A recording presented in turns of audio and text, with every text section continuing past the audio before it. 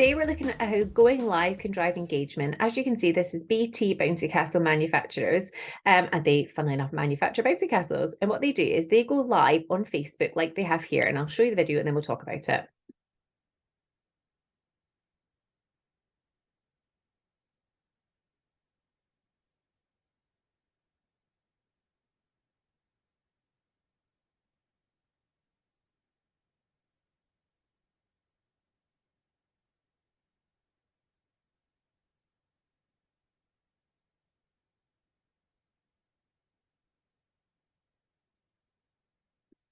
So as you can see, this video here is them live. So they have created this bouncy castle, and this is them going live to show everybody what it looks like on the inside. So it's to show all the flashing lights, to show, I guess, the kind of experience that someone would get if they hired in the bouncy castle or indeed purchased it so that they could use it for events and things like that.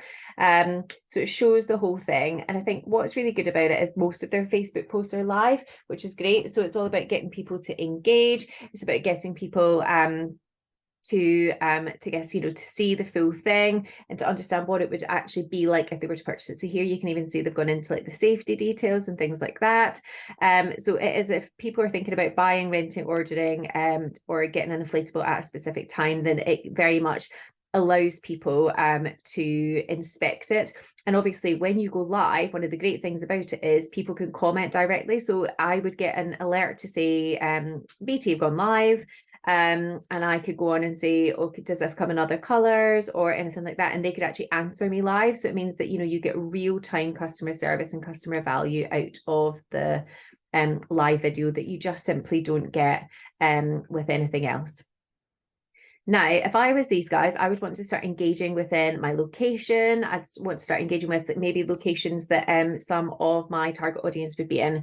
So here you can go to, maybe you can go to engagement and engage. You can click on location. You can start to do nearby. So they could start to look at what businesses are nearby and nearby locations, maybe event spaces, things like that. And they can start to like, they can start to comment, they can start to even share some of their posts.